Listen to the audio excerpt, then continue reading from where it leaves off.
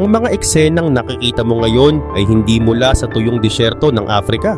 Hindi rin ito galing sa isang bansang wasak ng digmaan sa Middle East. Ito ay Rostov, isa sa mga pinakamodernong lungsod ng Russia. Dito makikita ang mga tao na nakapila ng napakahaba. Umaabot ng daan-daang metro ang pila. Hindi para sa pagkain, hindi para sa gasolina, kundi para lang makakuha ng isang balde ng tubig habang ang lamig ay nasa minus 20 degrees. At hindi lang Rostov ang may ganitong problema. Ang krisis sa tubig ay kumalat na sa buong southern regions ng Russia, pati na rin sa mga lugar na kanilang sinakop. Tingnan mo ito, isang normal na pila ng tubig sa Machivka. Ganito ang itsura ng pang-araw-araw na buhay doon. Sa Donbas naman, libo-libong ganitong pila ang nangyayari araw-araw. Ang tubig ay ibinibigay lamang ng ilang oras kada 3 days. Pero kahit ganoon, hindi pa rin ito umaabot sa lahat ng tao. Sa Machivka naman may mga desperadong residente na magdamag na naghihintay. May dalang timba at bote, umaasa sa water tanker. Ang iba naman umaasa na lang sa tulong ng volunteers para makakuha ng tubig na maiinom at pampaligo. May mga Russian mismo ang nagsasabi na parang hindi dumating ang 21st century sa Russia. May isang babae pa ang nagsalita. Ayon sa kanya, lumalabas siya para mangolekta ng niebe. Ginagamit nila ang niebe para maghugas ng pinggan. Iniipon nila ito sa isang lugar. 3 kaldero na raw ang naipasok niya sa bahay. Yung naunang naipong niebe, ubos na. Pero bakit ba naging ganito na ang sitwasyon? Pinaputok kasi ni Putin ang mga dam at pinatuyo ang mga kanal para pilayin ng Ukraine. Pero ngayon bumabalik ang epekto ng mga ginawa niyang iyon.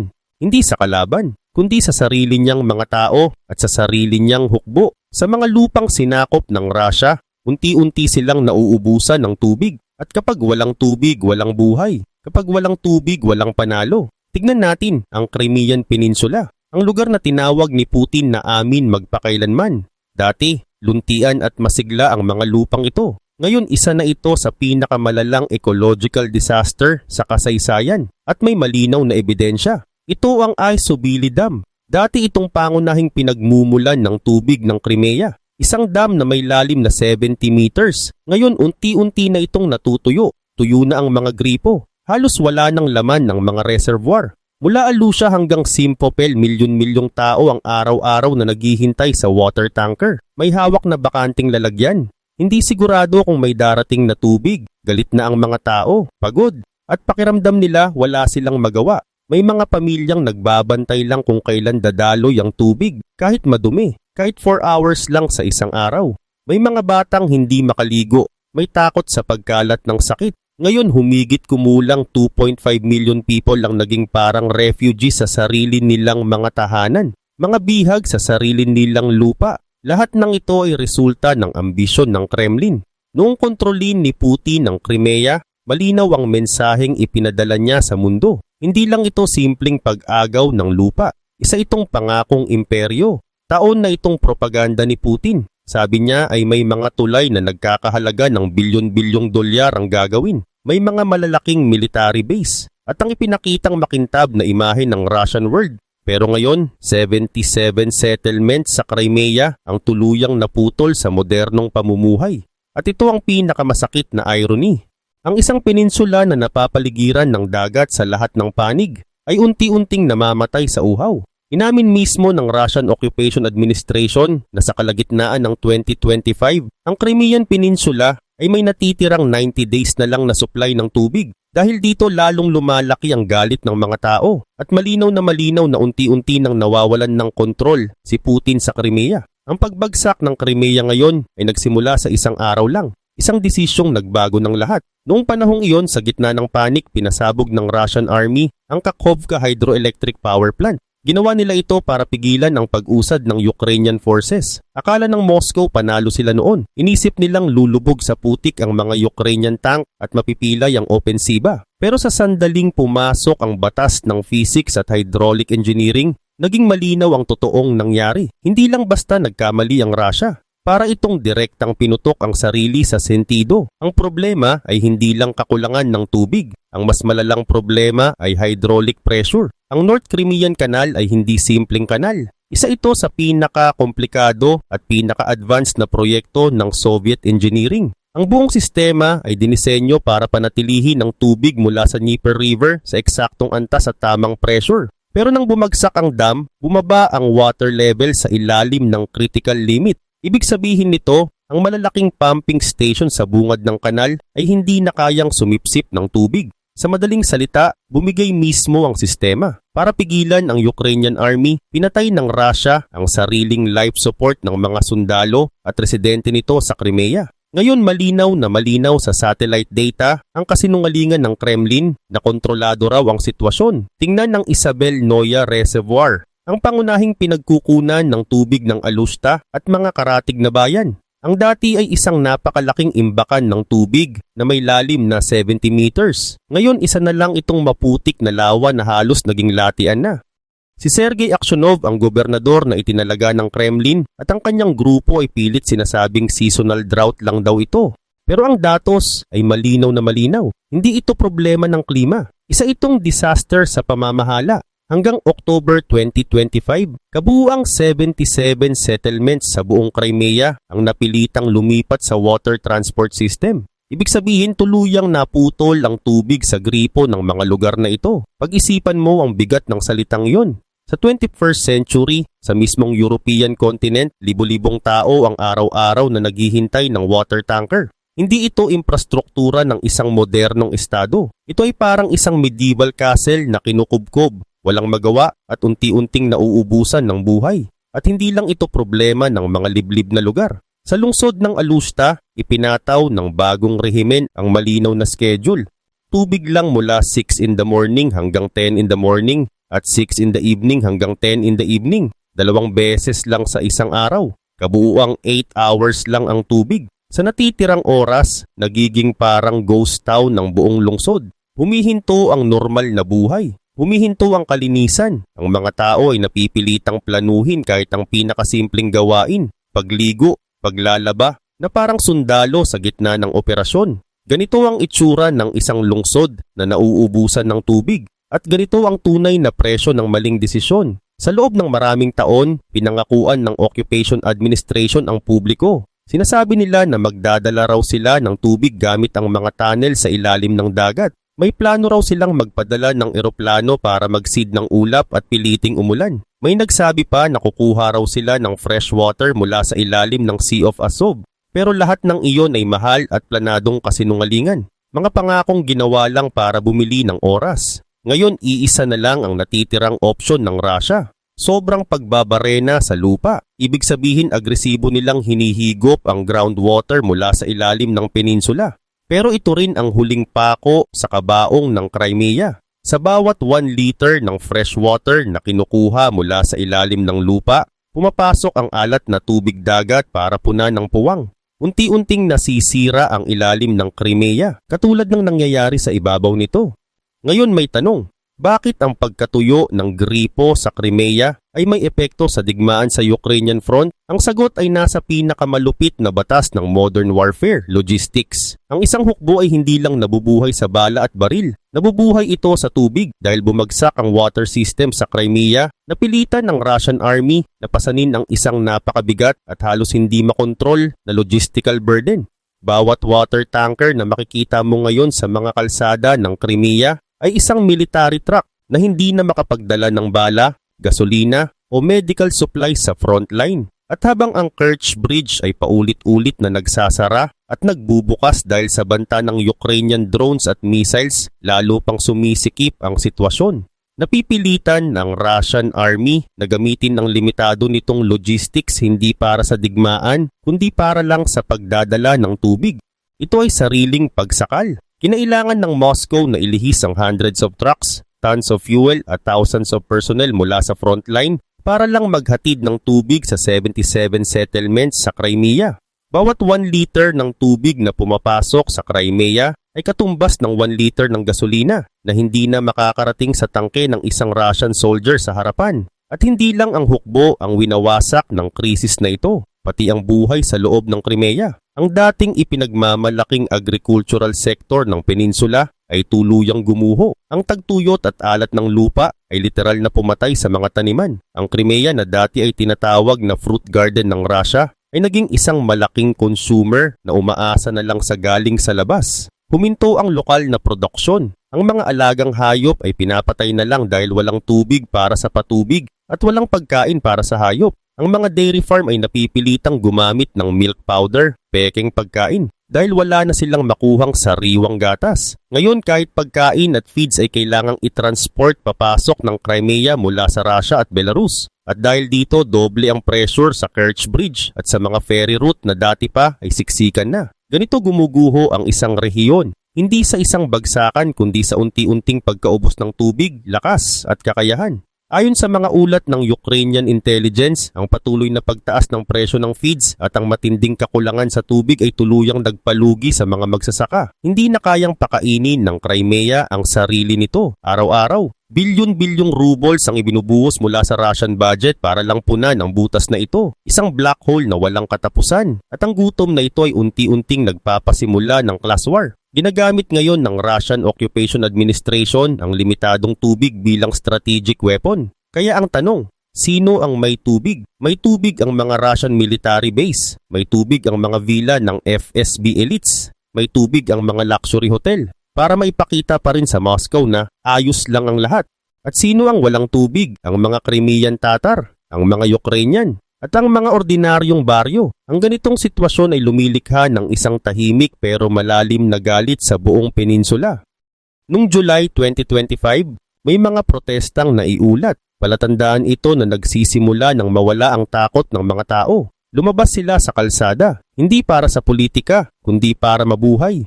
Ang tugon ng Kremlin ay mabilis at pamilyar. Isang Stalinist reflex, information blockade. Noong September 2025, naghanda sila ng mga bagong legal regulation. Layunin nito na gawing krimen ng pag-post o pag-share ng impormasyon tungkol sa kakulangan ng tubig sa social media.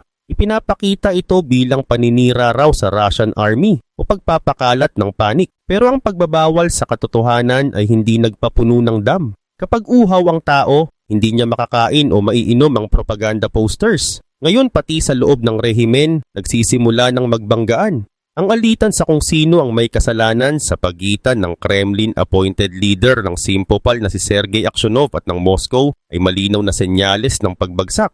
Sinasabi ni Aksyonov na sobra raw ang konsumo ng tubig ng military, samantalang sinasabi naman ng Moscow na walang kakayahan ng local administration. Ang internal conflict na ito ay patunay na ang krisis ay pumasok na sa chaotic at hindi na makontrol na yugto. At kung ganito na ang sitwasyon sa Crimea, ano naman ang kalagayan sa Donetsk, ang mismong puso ng digmaan? Mas malala.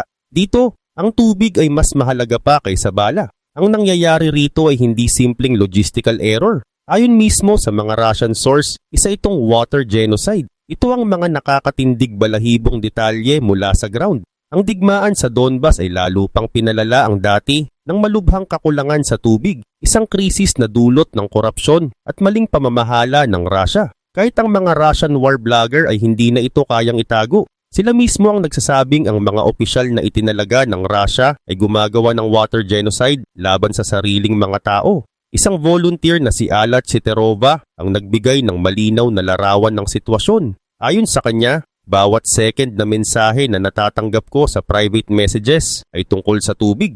Wala raw tubig ang mga tao. Buong mga baryo at bayan ang tuluyang napuputulan. Ang mga lugar tulad ng Yurivka ay nasa bingit ng tuluyang pagkawala sa mapa. Ang Donetsk, na dati ay isang mahalagang cultural at industrial city, ay halos humihinga na lang para mabuhay sa ilalim ng pansamantalang Russian occupation.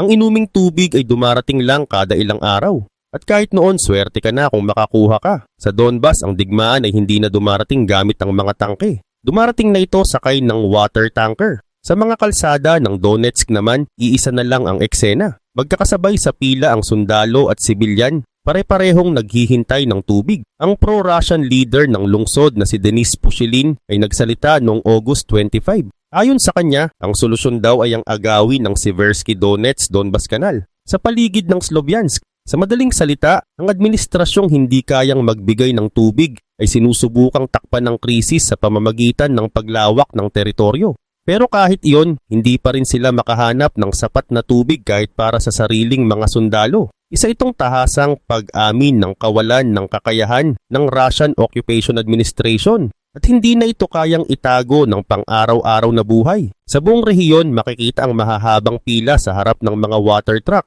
Isang malinaw na senyales na wala ng kontrol ang pamahalaan sa sitwasyon. Sa mga suburban settlement tulad ng Yanukivka, ang tubig ay dumarating na lang once every 4 days. Sa city center ng Donetsk, ang tubig na dati ay dumarating every 2 days ay ngayon every 3 days na lang. At ito na ang itinuturing na normal. At kahit dumating ang tubig, walang kasiguraduhan. Hindi sigurado kung sapat ang dami. Hindi sigurado kung ligtas ang kalidad. Karaniwan ang schedule ay 4 hours lang ng distribusyon kada 3 days mula 5 in the evening hanggang 9 in the evening. Sa maraming apartment building, dahil sa mababang water pressure, hindi na umaabot ang tubig kahit sa second floor. Kaya ang hindi pag-andar ng gripo sa bahay ay naging parte na ng araw-araw na buhay. Sa ganitong kondisyon, ang mga tao ay napipilitang magbuhat ng tubig gamit ang 30 to 40 liters na lalagyan. Ang bawat hakbang ay mabigat. At habang tumatagal, ang pagod ay hindi na lang pisikal, nagiging emosyonal na rin. Isang 78-year-old na babae ang sumigaw ng sama ng loob. Ayon sa kanya, "How can I carry this load?" Dagdag pa niya, "I am 78 years old. Young people are collecting water. How am I supposed to come here, collect water and bring it back home?" Ito ang uri ng sakit na hindi kayang ipakita ng statistics. Sa ilang neighborhood, tuluyan ng paralisado ang sitwasyon.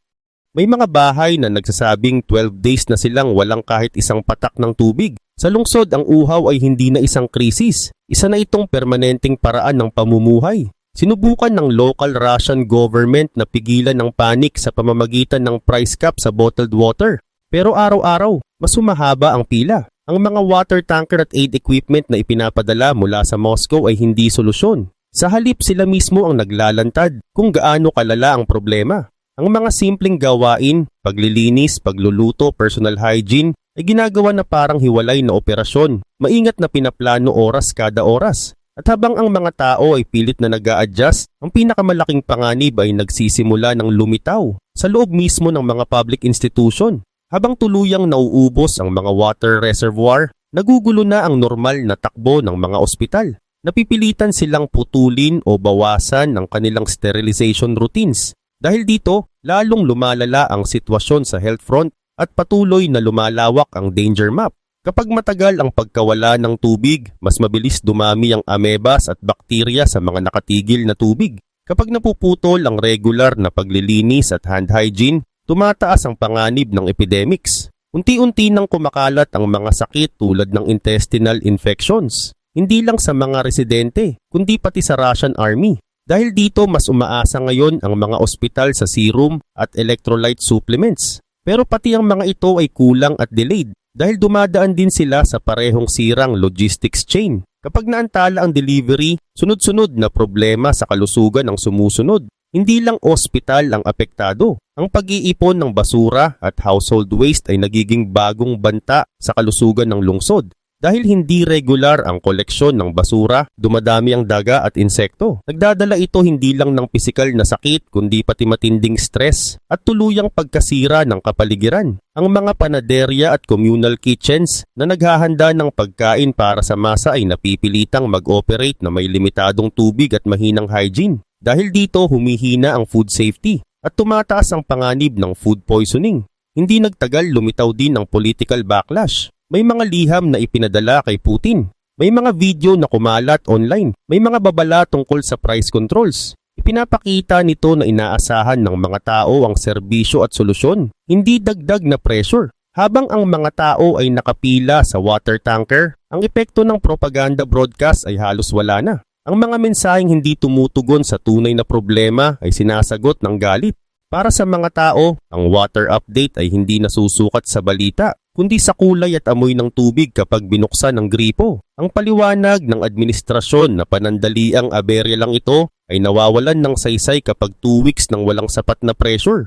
Ang mga field worker ay patuloy na minomonitor. Pero ang mga inspeksyon ay tila mas nakatuon sa paghahanap ng masisisi kaysa sa pag-aayos ng tunay na problema. Isa pang pinagmumula ng tensyon ay ang industrial water use. Habang patuloy ang operasyon ng mga metallurgical at chemical plants, patuloy din silang kumukonsumo ng tubig. Bunga nito na bawas ang bahagi ng tubig para sa mga tahanan.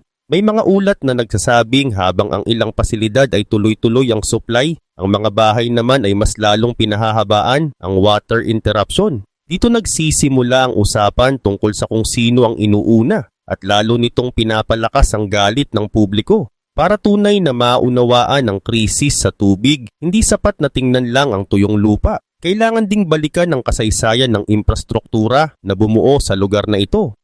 Ang mga tumutulong gripo ngayon ay nagsasalaysay ng kwento ng isang pipeline na inilatag mahigit 70 years ago at ngayon ay lampas na sa itinagal nito. Noong panahon ng Soviet era, ang Seversky Donetsk-Donbas Canal na itinayo noong mid-1950s ay ginawa para dalhin ang tubig papunta sa Donetsk region.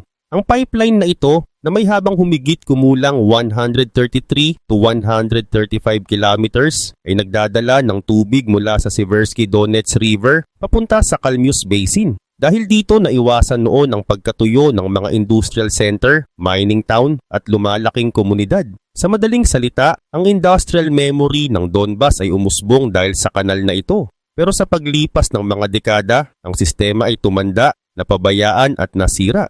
Ang mga pump station, filtration center, intermediate reservoir at distribution line ay umabot na sa dulo ng kanilang technical lifespan. At mula 2014, paulit-ulit pa silang tinarget at nasira sa gitna ng mga labanan. Ito ang pundasyon ng krisis na nakikita natin ngayon. Isang sistemang matagal ng pagod at tuluyang bumigay sa ilalim ng digmaan. Sa puntong ito, ang tubig ay hindi na lang pangangailangan. Isa na rin itong pinagmumulan ng alitan. Nang magsimula ang full-scale invasion noong 2022, ang pipeline ay tuluyang naging bahagi ng mismong battlefield.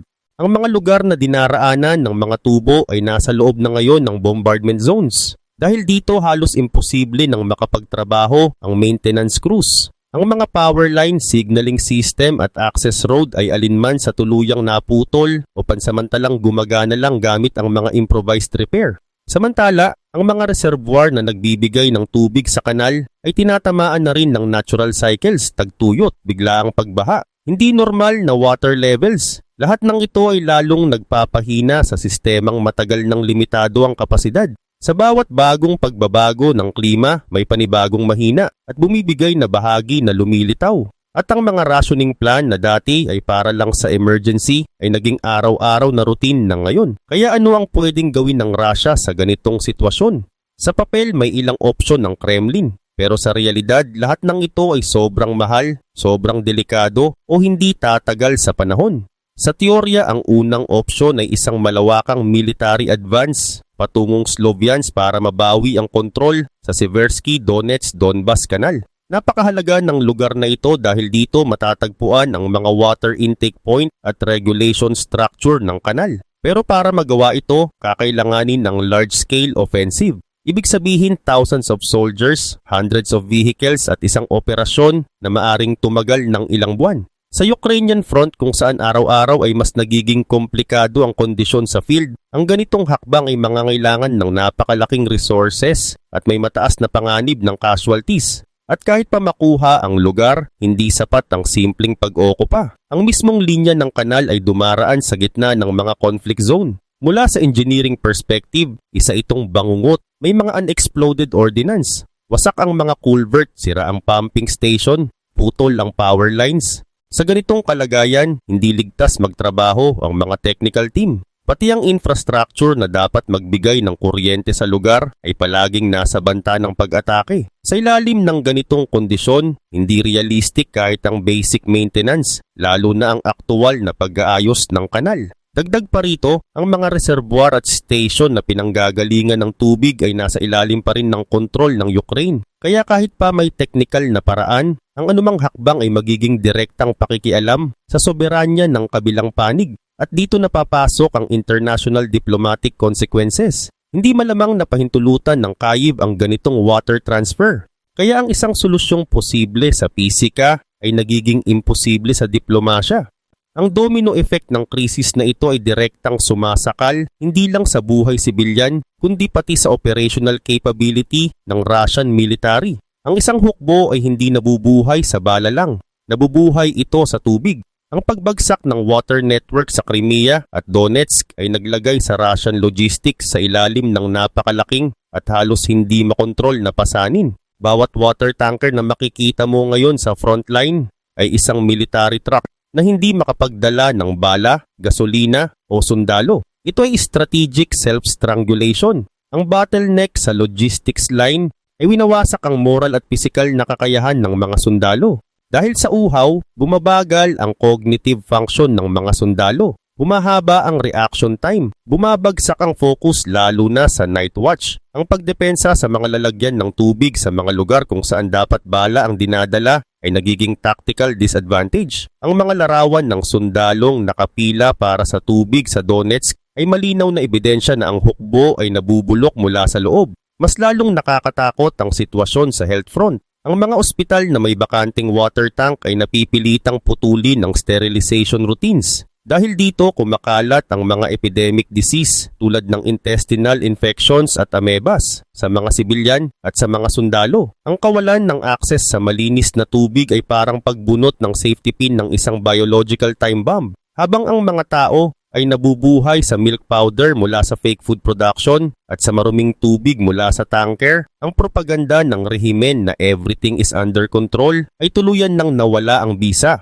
Ang economic devastation ay tuluyan ng nagwasak sa dating ipinagmamalaking agricultural sector ng Crimea. Ang salinization ng lupa na dulot ng sobrang pagbabarena ng groundwater ang naging huling pako sa kabaong ng peninsula. Habang ang mga lupang sakahan ay unti-unting nagiging parang konkretong lupa, ang Crimea ay hindi na fruit garden ng Russia. Isa na lang itong malaking pabigat sa pera at logistics, isang black hole na kailangang pakainin araw-araw. Ang krisis sa tubig na ito ay higit pa sa isang environmental problem. Ito ang pinakamalinaw na kabiguan ng tahimik na social contract ni Putin sa kanyang mga mamamayan. Sa loob ng maraming taon, ang pangako ay simple, seguridad at katatagan kapalit ng pagsunod sa politika. Pero ngayon, ang katotohanan ay malinaw. Ang mga Russian citizen ay nakapila sa ilalim ng sub-zero temperature para lang sa tubig, ang pinaka-basic na pangangailangan ng tao. Ito ang malawakang pagbagsak ng pangako ng proteksyon ng rehimen.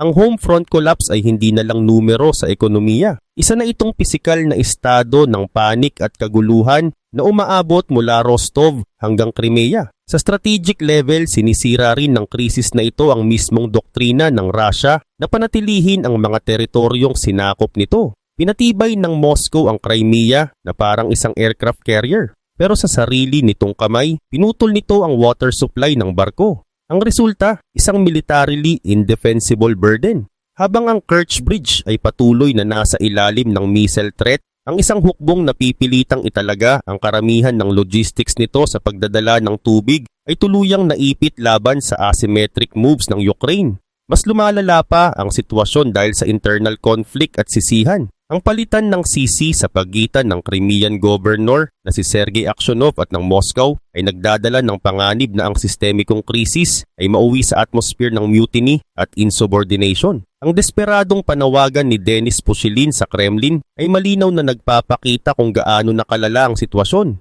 At ang desisyon ng lokal na populasyon na lampasan ng takot at lumabas sa kalsada para humingi ng tubig ay patunay na hindi na gumagana ang mga control mechanism ng Kremlin. Sa huli, ang kinakaharap ng Russia ay ang revenge of geography. Sa digmaang isinagawa para makakuha ng lupa, ang pagkawala ng tubig ay nangangahulugan ng pagyanig ng pisikal na pundasyon ng imperyo. Ang bisyon ni Putin para sa Russian world ay nagtatapos sa bitak-bitak na lupa at tuyong kanal. Kahit pahawak pa ng Russia sa militar ang mga sinakop nitong teritoryo, ganap na nawala ang kakayahan nitong suportahan at pamahalaan ng mga ito. Sa madaling salita, natalo ang Russia sa tubig sa digmaang pinasok nito para sa teritoryo. Ang linya ng tagtuyot na umaabot mula Rostov hanggang Crimea, mula Donetsk hanggang Mariupol ay malinaw na patunay ng kabiguan ng pamamahala ng Kremlin. Kung walang tubig, hindi makakakilos ang hukbo. Kung walang tubig, hindi mabubuhay ang mga tao. At sa tuyong lupang ito, unti-unting gumuho ang imperyo ni Putin. Walang tubig, walang tagumpay. Walang tubig, walang kinabukasan.